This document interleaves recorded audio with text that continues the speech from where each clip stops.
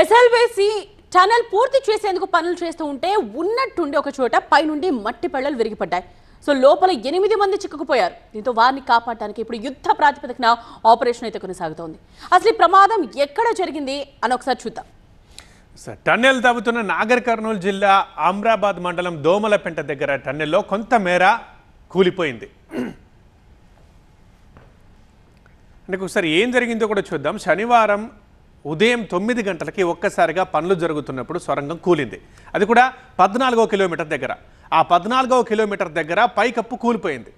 ఇక ఒక్క దగ్గర కాదు, ఏకంగా కూలిపోయిన తర్వాత 3 కిలోమీటర్ల మేర పెచ్చులు ఊడిపడ్డాయి. ఆ స్థాయిలో పెచ్చులు పడ్డాయి. ఎంతమంది చిక్కుకున్నారు అన్నది కూడా మనం ఫోకస్ చేద్దాం. షిఫ్ట్లో దాదాపు 50 మంది పనిచేస్తూ ఉన్నారు. లోపలున్న 2 ఇంజనీర్ సహా మొత్తం 8 మంది అక్కడ చిక్కుకున్నట్టుగా తెలుస్తూ ఉంది. అడిగి ఆపరేషన్కు ఉన్న అడ్డంకులు ఏంటో ఒకసారి చూస్తే, టన్నెల్లోకి ఎప్పుడైతే ఒక్కసారిగా ఓఎస్ఎస్ ఫర్టిలిటీలో అమ్మ నాన్నలకి పర్సనలైజ్ ట్రీట్మెంట్ ఇచ్చారు. In the good hands of science. Mummy daddy అవ్వాలంటే ఓఎస్ఎస్ కి కాల్ చేయండి. మట్టి నీరు ఊడి అక్కడ పడ్డాయో అప్పటి నుంచి నీటి ఊట ఆగట్లేదు. అదే ఒక మెయిన్ హడ్డల్ అయిపోయింది. 100 మీటర్ల మేర విరిగిపడ్డాయి మట్టి పిల్లలు. టన్నెల్లోకి 2 కిలోమీటర్ల మేర నీళ్ళు వచ్చేసాయి. మోకాలు లోతులో బురద ఉంది. అందుకే రెస్క్యూ టీమ్స్కి చాలా కష్టతరం అవుతోంది ఆపరేషన్. రైట్, ఇప్పుడు ఎగ్జాక్ట్గా ఏం చేస్తున్నారు రెస్క్యూ ఆపరేషన్లో కూడా మనం ఫోకస్ చేద్దాం. కూలిన మట్టి పళ్ళల్ని తొలిచి లోపలికి వెళ్లే ప్రయత్నం చేస్తున్నారు. ఆపరేషన్కి అడ్డంకులు ఏంటి అన్నది మనం చూస్తూ ఉన్నాం. ఇక లేటెస్ట్ విజువల్స్ మనం చూడొచ్చు. ఇప్పుడు ఏం జరుగుతోంది అక్కడ అన్న విజువల్స్ని కూడా చూస్తూ ఉన్నాం. మళ్ళీ ఇంకొకసారి లోపలికి వెళ్ళి వాళ్ళని బయటకు తీసుకొచ్చే ప్రయత్నాలు అయితే కొనసాగుతూ ఉన్నాయి. ఎన్డీఆర్ఎఫ్, ఎస్టీఆర్ఎఫ్తో పాటు ఆర్మీ సహాయం కూడా తీసుకునే ప్రయత్నాలు కూడా జరుగుతూ ఉన్నాయి. రెస్క్యూ ఆపరేషన్లోకి భారత సైన్యం కూడా దిగుతోంది.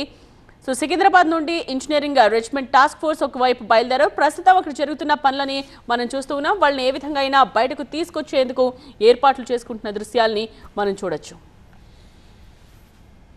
నిన్న ఆల్రెడీ ఎప్పుడైతే చిక్కుకున్నారని తెలిసిందో ఇక వెంటనే రెస్క్యూ టీం వచ్చింది, లోపల దాకా వెళ్ళింది. కానీ వాళ్ళని మాత్రం చేరుకోలేకపోయారు. ఎందుకంటే అక్కడ హార్డిల్ అట్లా ఉంది. మట్టి పిల్లలు కానీ నీళ్లు కానీ చాలా ఎక్కువగా ఉండడం వల్ల వెనక్కి తిరిగి వచ్చేసారు.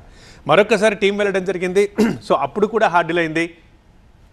అప్పుడు కూడా వాళ్ళని చేరుకోలేకపోయారు బాధితుల్ని. ఇక ఇప్పుడు మరొకసారి ఆపరేషన్ స్టార్ట్ అవుతోంది. ఇప్పుడు కాస్త ఇంకా బలం ఎక్కువైంది.